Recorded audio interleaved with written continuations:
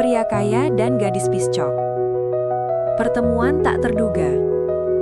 Malam itu udara terasa hangat namun lembab, dan aroma pisang yang digoreng bercampur coklat leleh memenuhi sudut jalan kecil dekat pasar malam. Dari balik kemudi mobil mewahnya, Rio menatap pemandangan sederhana itu, sesuatu yang jarang ia perhatikan seumur hidupnya. Ia baru saja pulang dari rapat keluarga yang melelahkan dan pikirannya kusut. Namun, pandangannya mendadak terpaku pada seorang gadis muda yang tengah sibuk membungkus piscok panas. Gadis itu, Naila, bekerja cekatan meski wajahnya tampak lelah. Rambutnya berantakan tertiup angin malam, tetapi senyumnya tetap tulus kepada para pembeli. Saat Rio turun dan mendekati gerobaknya, Naila menyapanya dengan sopan, seolah ia tidak peduli sama sekali pada pakaian mahal atau mobil mewah pria itu. Saat menerima piscok hangat dari tangannya, Rio merasakan sensasi aneh, sebuah ketenangan yang jarang ia temui di kehidupannya yang glamor. Naila sederhana, namun ada sesuatu dalam dirinya yang membuat Rio tidak bisa mengalihkan pandangan. Saat kembali masuk mobil, Rio menoleh sekali lagi. Entah mengapa, senyum gadis itu seolah menempel di benaknya, membuatnya bertanya-tanya. Mengapa hati ini terasa berbeda? Rasa yang mengikuti. Sejak pertemuan pertama itu, Rio terus memikirkannya. Setiap malam ia menyuruh supir lewat jalan kecil itu, hanya untuk melihat apakah Naila berjualan. Lama-lama, ia berhenti menyuruh supir. Ia sendiri yang mengendarai mobil, lalu turun membeli piscok setiap hari. Naila awalnya bingung. Ia tidak terbiasa dengan perhatian dari pria seperti Rio. Baginya, laki-laki kaya hanya membawa masalah. Pengalaman masa lalu ibunya cukup menjadi pelajaran pahit. Maka, Naila menjaga jarak. Ia tetap layani Rio, tapi dingin, singkat, seperlunya saja. Namun Rio tidak menyerah. Ia bukan datang untuk pamer harta. Ia datang karena ada sesuatu dalam diri Naila yang membuat dadanya tenang. Ia suka melihat cara Naila bekerja keras, cara gadis itu tersenyum kepada anak-anak kecil yang membeli piscok seribuan, cara ia tetap sopan meski hidup tak mudah. Setiap malam Rio pulang dengan rasa bingung. Mengapa ia, seorang pewaris perusahaan besar, bisa memikirkan seorang penjual piscok sepanjang waktu? Bahkan undangan pesta, meeting penting, acara formal, semua mulai ia tinggalkan demi momen beberapa menit di gerobak kecil itu. Dalam hati, ia mulai bertanya, apakah ini jatuh cinta? Penalakan pertama. Suatu malam saat pembeli mulai berkurang, Rio memberanikan diri untuk berbicara lebih dalam. Ia menawarkan diri mengantar Naila pulang, bukan sebagai gombalan, tapi karena ia melihat Naila tampak kelelahan dan gerobaknya mulai goyah. Namun Naila langsung menolak tanpa ragu. Mas, saya bisa pulang sendiri. Lagian, kita bukan siapa-siapa. Ucapan itu menusuk Rio lebih dalam daripada yang terlihat. Ia ingin menjelaskan bahwa ia tidak bermaksud macam-macam, tapi kata-kata Naila selanjutnya membuatnya terdiam. Kita beda dunia, Mas. Saya cuma penjual piscok. Mas jangan buang waktu. Rio tertegun. Ini adalah kali pertama seseorang menilai dirinya bukan karena kekayaannya, tapi justru menolak karena itu. Ada rasa perih, bukan karena tersinggung, melainkan karena ia takut kehilangan seseorang yang baru saja membuat hidupnya terasa berbeda. Namun penolakan itu tidak memadamkan semangat Rio. Justru membuatnya semakin yakin bahwa Naila bukan gadis biasa. Naila tidak tergoda oleh mobil mahal, tidak terpesona oleh wajah tampan, dan tidak tertarik pada status sosialnya.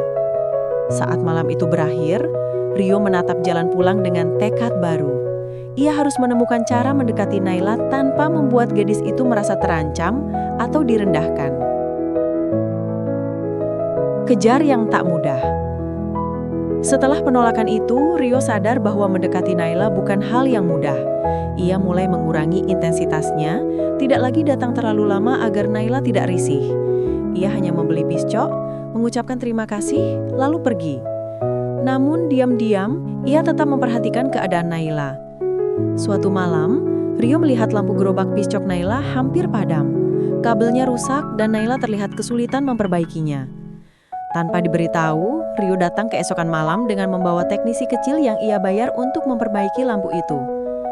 Naila terkejut ketika melihat lampunya kembali terang. "Siapa yang benerin?" tanyanya. Teknisi itu hanya menjawab, "Ada yang peduli." Naila langsung tahu siapa pelakunya. Malam berikutnya, Rio datang seperti biasa. Kali ini Naila tidak sedingin yang dulu. "Makasih, lampu saya jadi bagus lagi," katanya pelan. Rio hanya senyum. "Sama-sama, kamu harus aman waktu jualan." Perlahan tembok yang Naila bangun mulai retak. Ia mulai melihat bahwa Rio tidak sekedar mengejar. Ia tulus. Ia tidak meminta apapun sebagai balasan. Namun meski hatinya sedikit luluh, Naila masih takut. Sebab ia tahu makin dekat dengan Rio berarti makin besar resiko hatinya terluka.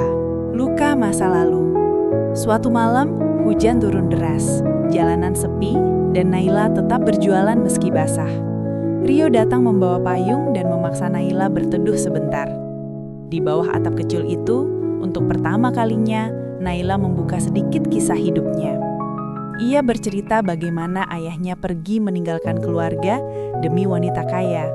Ibunya sakit-sakitan karena bekerja terlalu keras, sementara Naila harus berhenti sekolah demi membantu ekonomi. Hidup tidak pernah ramah padanya, dan inilah alasan ia takut pada laki-laki kaya. Mereka selalu bikin luka, entah pergi, entah meremehkan. "Aku nggak mau jatuh ke lubang yang sama," katanya, suaranya bergetar. Rio mendengarkan dengan penuh perhatian. Ia tidak berusaha membantah, tidak mencoba meyakinkan dengan kata-kata manis. Ia hanya menatap dan berkata pelan, "Aku berbeda, tapi aku nggak minta kamu percaya sekarang. Aku cuma mau kamu tahu niatku tulus." Naila menunduk, tak tahu harus mengatakan apa. Hatinya perlahan goyah. Ia merasa Rio tidak sedang menawari kemewahan, tapi justru sebuah ketulusan yang langka. Untuk pertama kalinya, Naila mulai berpikir, mungkin tidak semua pria kaya sama. Namun, ia tetap takut membuka pintu hatinya sepenuhnya. Tantangan dari keluarga Rio. Hubungan yang perlahan tumbuh itu tidak berlangsung mulus. Suatu sore, ibu Rio memergoki putranya yang diam-diam mampir ke daerah pinggiran. Setelah mengutus supir untuk menyelidiki, akhirnya ia mengetahui bahwa Rio dekat dengan seorang gadis penjual piscok. Di rumah, badai pun meledak. "Rio, kamu pewaris perusahaan besar. Masa depanmu bukan untuk gadis jalanan seperti itu," bentaknya. Rio mencoba menahan diri, tapi amarahnya meledak. Ibu tidak mengenal dia. Naila bukan seperti yang ibu pikirkan. Namun ibu Rio tetap bersikeras. "Dia pasti ingin hartamu. Wanita seperti itu hanya akan memanfaatkanmu." Pertengkaran itu membuat Rio frustrasi. Ia tidak ingin memilih antara keluarganya dan perasaan yang tumbuh dalam dirinya. Tapi setiap kali ia memandang wajah Naila, ia tahu bahwa gadis itu tidak layak mendapat prasangka seperti itu. Sementara itu, tanpa Rio sadari, salah satu kerabat ibunya diam-diam mengawasi Naila saat berjualan. Tatapan meremehkan itu membuat Naila tidak nyaman. Ia takut menjadi sumber masalah bagi Rio. Malam itu, ia hanya bisa menatap lampu gerobaknya yang menyala terang, hasil bantuan Rio, sementara hatinya dihempas ketakutan baru. Apakah ia pantas berada di dunia Rio? Pergi demi kebaikan. Tekanan keluarga Rio semakin besar. Naila mulai merasakannya dari jarak jauh. Ia melihat orang-orang dari lingkungan Rio datang, memandangnya dari ujung rambut sampai kaki, lalu pergi sambil berbisik-bisik. Hatinya perih. Ia tidak ingin menjadi alasan pertengkaran antara Rio dan keluarganya. Ia tidak ingin menjadi beban.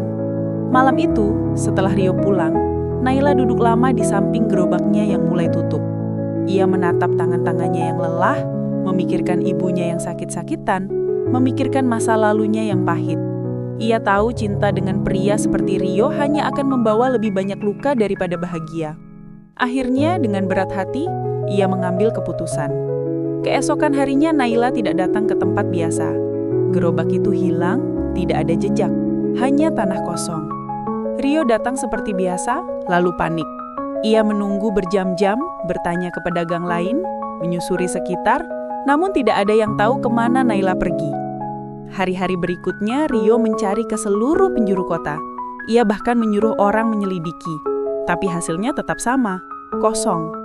Di malam sunyi, Rio berdiri di tempat gerobak itu dulu berada. Untuk pertama kalinya, ia merasa benar-benar kehilangan. Dan ia bersumpah ia tidak akan berhenti mencari. Cinta yang dikejar sampai ditemukan. Setelah berminggu-minggu mencari tanpa hasil, Rio akhirnya menemukan petunjuk kecil. Seorang ibu penjaga warung mengatakan bahwa Naila sempat membantu di warung dekat terminal. Tanpa pikir panjang, Rio meluncur ke sana. Saat tiba, ia melihat Naila sedang menyapu lantai warung kecil itu. Wajahnya tampak lebih lelah dibanding terakhir kali mereka bertemu. Pipi yang dulu merona kini tampak pucat. Namun bagi Rio, gadis itu tetap sama, sederhana, kuat, dan memikat hatinya. Naila, gadis itu terkejut, sapunya terjatuh. Mas, kenapa di sini? Rio mendekat, matanya berkaca-kaca. Kenapa kamu pergi? Kamu bikin aku gila mencarimu. Naila menahan air mata. Aku cuma ingin yang terbaik buat kamu. Aku gak pantas ada di hidupmu. Rio menggeleng kuat. Aku gak peduli dunia kita beda. Aku gak butuh yang pantas. Aku butuh kamu. Kata-kata itu membuat Naila akhirnya tak kuasa menahan tangis. Ia menutup wajahnya, namun Rio memegang tangannya dengan lembut. Aku di sini bukan karena kasihan. Aku di sini karena cinta. Untuk pertama kalinya, Naila membiarkan dirinya memeluk Rio, hangat, tulus, dan penuh rasa lega. Dan di warung sederhana itu, cinta yang dikejar akhirnya benar-benar ditemukan.